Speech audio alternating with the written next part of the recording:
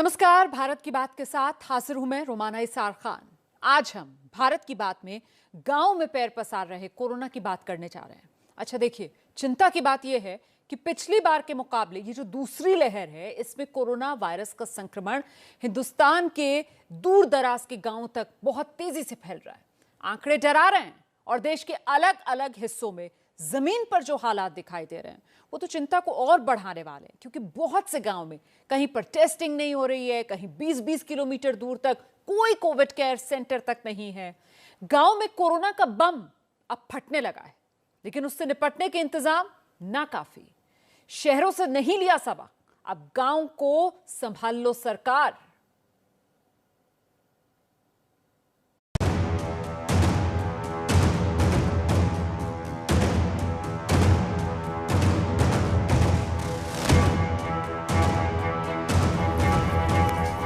मौतों पे मौतें होती चली जा रही हैं। 20-21 मौत 11 की हो चुकी हैं।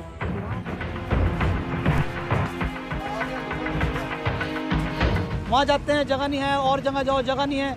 पिछले 5-6 दिनों में 5-6 मौत हो चुकी हैं।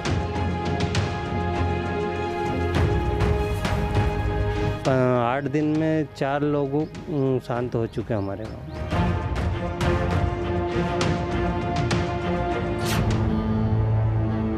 क्या गांव में दबे पांव दस्तक दे चुका है कोरोना? क्या हिंदुस्तान की ग्रामीण आबादी का बड़ा हिस्सा कोरोना की चपेट में आ गया और कानो कान खबर भी नहीं हुई?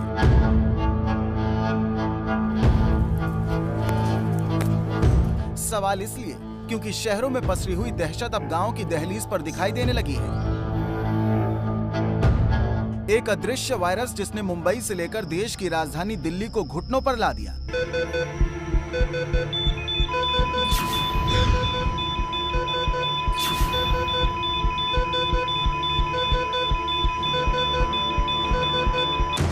वो वायरस अब गांव की देहरी को लांघ चुका है। शहर वायरस के आगे बेजार हो चुके थे, लेकिन अब भारत के गांव भी लाचार दिखाई देने लगे हैं। टीवी स्क्रीन पर मौजूद ये हिंदुस्तान के उन 4 गांव की तस्वीरें हैं जो कोरोना की बेकाबू रफ्तार की गवाही दे रहे हैं। वाराणसी के गांव में कोरोना संक्रमण 30 से 40% तक बढ़ चुका है। राजस्थान के सीकर के 10 गांव में कोरोना से 138 लोगों की मौत का दावा किया जा रहा है। हरिद्वार के ग्रामीण इलाकों में कोरोना लक्षण वाले मरीजों को इलाज के लिए भटकना पड़ रहा है। यूपी के बरेली के गाँव में 10 दिन में बुखार से 2 दर्जन लोगों की मौत का दावा किया जा रहा है। बहुत कोहराम मचा हुआ है। एक मौत के ऊपर दूसरी मौत हो रही है। कोई प्रशासन और कोई अधिकारी नहीं देख रहा है।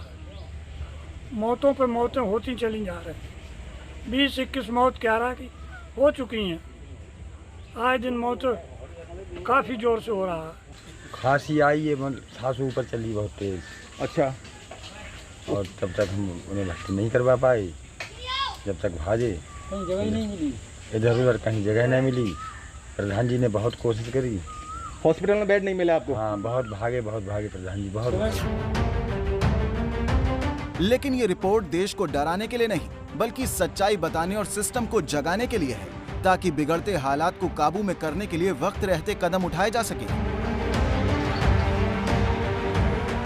ये उत्तर प्रदेश के बरेली में 11 गांव की तस्वीर है, जहां हर तरफ सन्नाटा पसरा है। गांव में एक के बाद एक होती मौतों ने जहन में खौफ पैदा कर दिया है।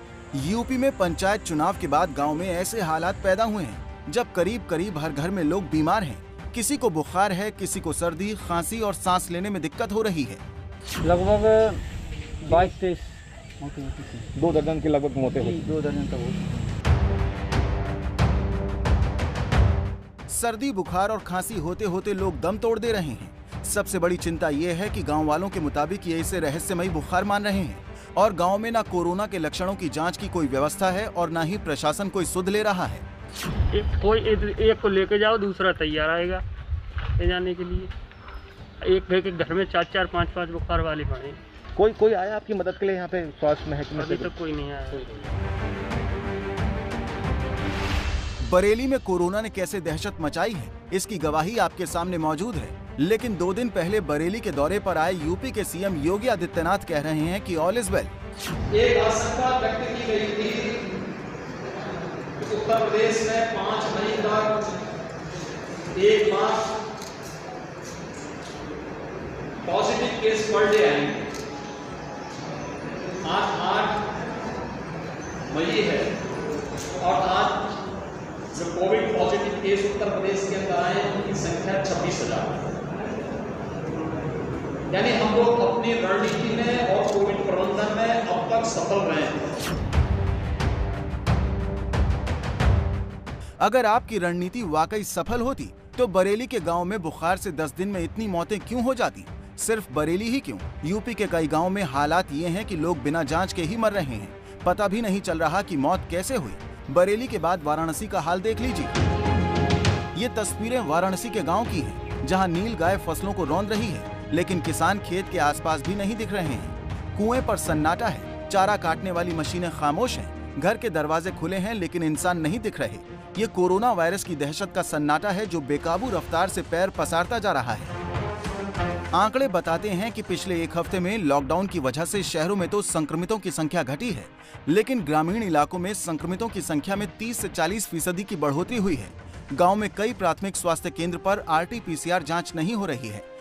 पिछले 4 दिन में वाराणसी जिले में 5,960 नए कोरोना केस मिले हैं, जिसमें से 2,517 ग्रामीण इलाकों से हैं। यहां भी पंचायत चुनाव के बाद कोरोना के मामले बढ़े हैं।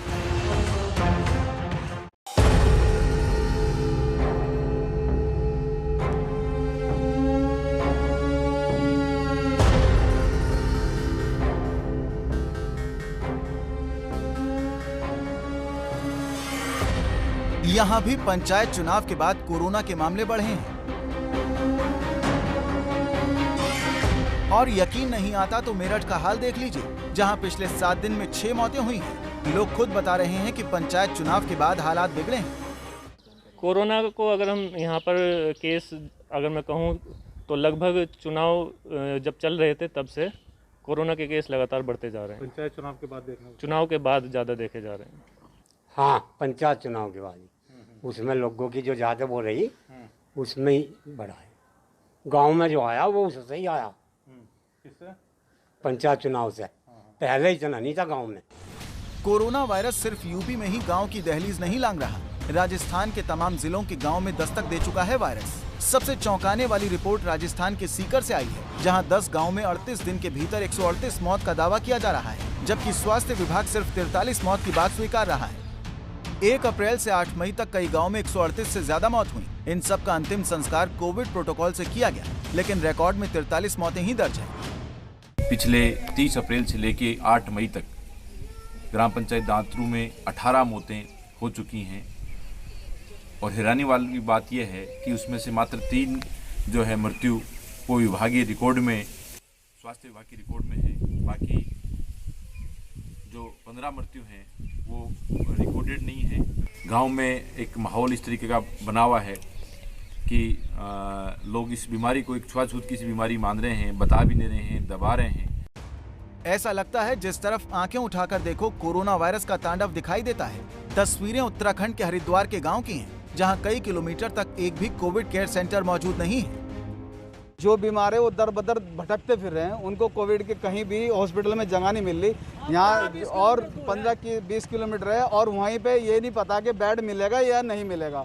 वो इसलिए परेशान है, कहाँ जाएं, क्या करें क्या ना करें। वो ऑक्सीजन की बहुत ज़्यादा दिक्कत है गांव में, और जो गांव में लोकल में जो 2-4 हॉस्पिटल हैं वो इस तरह के मरीज बिल्कुल नहीं ले पा रहे हैं। अब देखिए, इस दौर में जो सबसे बड़ी चुनौती है वो चुनौती ये है कि आखिरकार गांव में लोगों को जागरूक कैसे किया जाए, क्योंकि अभी गांव में जागरूकता की कमी है।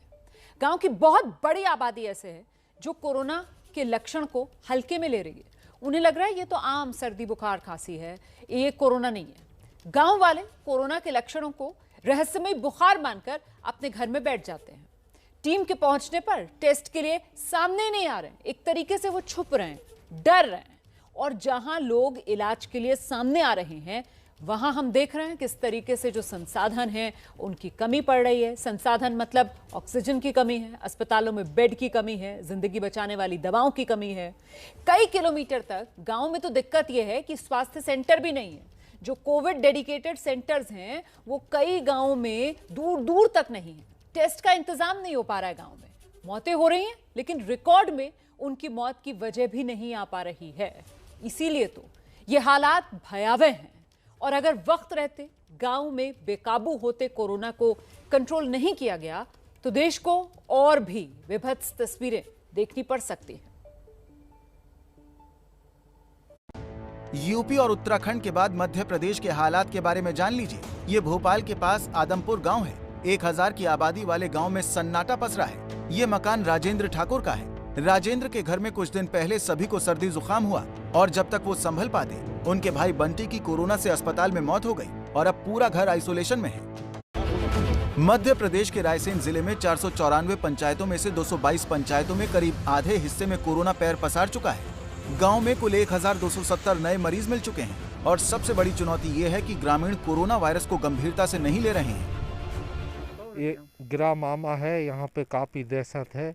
कुछ लोग संक्रमित हो गए थे, जैसे हमारे रिश्तेदार कैलाश ठाकुर, तो डर के कारण सभी लोग मास्क पहन रहे हैं, सैनिटाइजर का उपयोग कर रहे हैं और सभी लोग घर के अंदर रह रहे हैं। हमारे सभी 77 ग्राम पंचायतों में जो है क्वारंटाइन सेंटर बनाए हुए हैं। जो भी शासकीय बिल्डिंग है, यदि स्कूल वगैरह इस समय खाली हैं तो जो बड़े कमरे स्कूल के हैं उसको हम लोगों ने क्वारंटाइन सेंटर बना दिया है।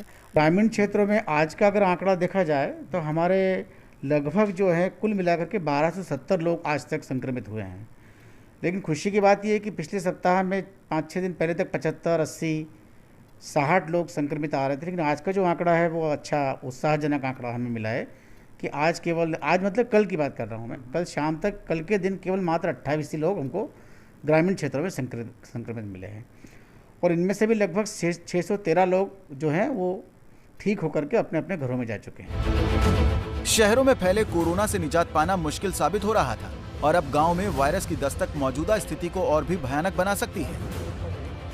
कोरोना की पहली वेव में गांव के लोग मानते थे कि ये सिर्फ शहर में रहने वाले लोगों की बीमारी है, यानी कि शहरी बीमारी है, गांव में रहने वालों को ये बीमारी हो ही नहीं सकती।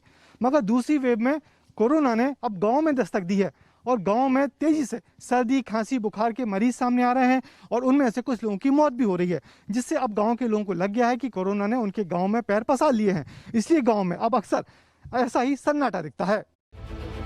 कोरोना की दूसरी लहर में अब जितने भी नए मामले सामने आ रहे हैं उसमें से करीब आधे मामलों में ग्रामीण इलाकों की हिस्सेदारी है। गांव में कोरोना की दूसरी लहर किस कदर पांव पसार चुकी है, इसको लेकर SBI की एक रिसर्च सामने आई है। इस रिसर्च के मुताबिक वैसे ग्रामीण जिले जिनमें 60% से ज्यादा आबादी गांव में रहती है, उन जिलों में कोरोना केस की हिस्सेदारी बढ़ रही है। इस साल जनवरी महीने में कोरोना केस में ग्रामीण जिलों की हिस्सेदारी 35% थी। फरवरी में बढ़कर ये 39% हुई, मार्च में 38% और अप्रैल में 45.5% पहुंची, जबकि मई महीने में ये दर 48.5% तक पहुंच चुकी है। जिस रफ्तार से कोरोना ग्रामीण इलाकों में पैर पसार रहा है, ये बहुत डरावना है।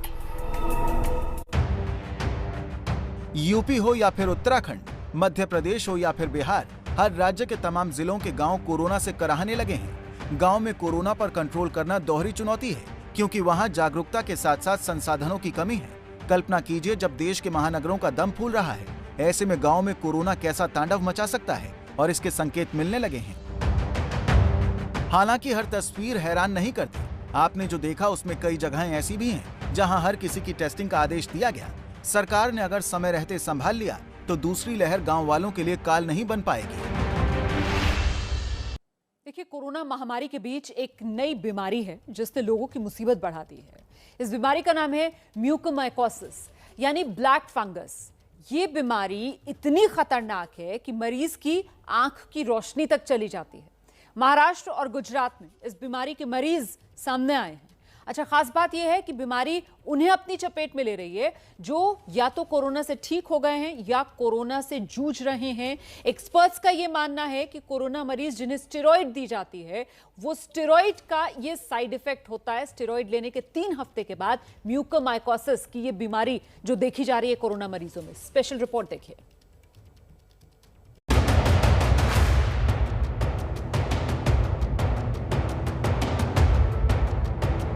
ये तस्वीरें विचलित कर सकती हैं, लेकिन आपको दिखानी इसलिए जरूरी है क्योंकि कोरोना महामारी के बीच ये एक नई मुसीबत पैदा हो गई है।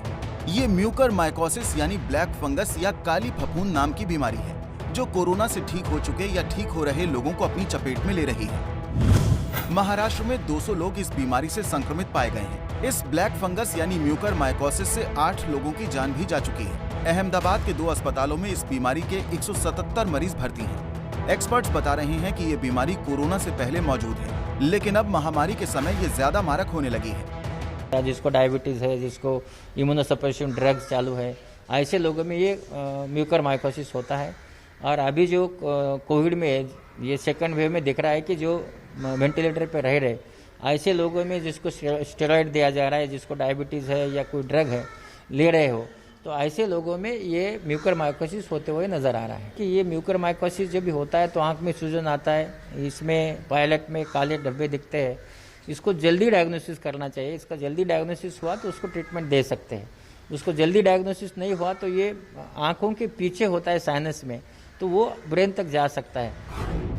अब जरा ये समझने की कोशिश करते हैं कि म्यूकर माइकोसिस यानी ब्लैक फंगस है क्या। म्यूकर माइकोसिस संक्रमण म्यूकर फफूंद के कारण होता है। म्यूकर फफूंद आमतौर पर मिट्टी, पौधों, खाद, सड़े हुए फल और सब्जियों में पनपता है। ये फंगस साइनस, दिमाग और फेफड़ों को प्रभावित करता है। इस संक्रमण से आंखों में सूजन, काले धब्बे दिखने लगते हैं। डायबिटीज के मरीजों या बेहद कमजोर इम्यूनिटी वाले लोगों में ये जानलेवा भी हो सकता है। महाराष्ट्र के अलावा गुजरात में भी इसका असर देखा जा रहा है। म्यूकर माइकोसिस के केसेस अच्छे खासे बढ़ रहे हैं, क्योंकि अभी देखा है कि हमारे पास कोरोना के केसेस भी लास्ट 1 महीने से काफ़ी बढ़ रहे हैं। सेकंड वेव काफ़ी बड़ा आया है, तो उसके चलते जो पेशेंट की इम्यूनिटी है वो कमज़ोर हो जाती है। तो जिसका इम्यूनिटी लेवल, रोग प्रतिकारक शक्ति कमज़ोर हो गई है कोरोना के चलते, और जिसको बीमारी है जैसे ब्लड कैंसर है किसी को, जो उसकी ट्रीटमेंट चल रहा है, उसमें ये फूग उसके नाक के जरिए हर एक जगह पे घुस जाती है। नाक में रहती है, साइनसिस में रहती है, वहाँ से लेके फेफड़े में जाती है, आँख में जाती है, स्किन पे आती है, मगज में जाती है। डॉक्टर बता रहे हैं कि इस बीमारी से कई तरह के खतरे हैं। इससे संक्रमित मरीजों की आंखों की रोशनी भी जा सकती है। पेशेंट बहुत लेट आते हैं तो ऐसे वक्त उनके पीछे म्यूकर माइकोसिस होता है, तो वो आँख से उनको दिखता नहीं, क्योंकि ऑपरेशन करके वो जब भी फंगस निकालते हैं तो उनका आँख का रोशनी चला जाता है।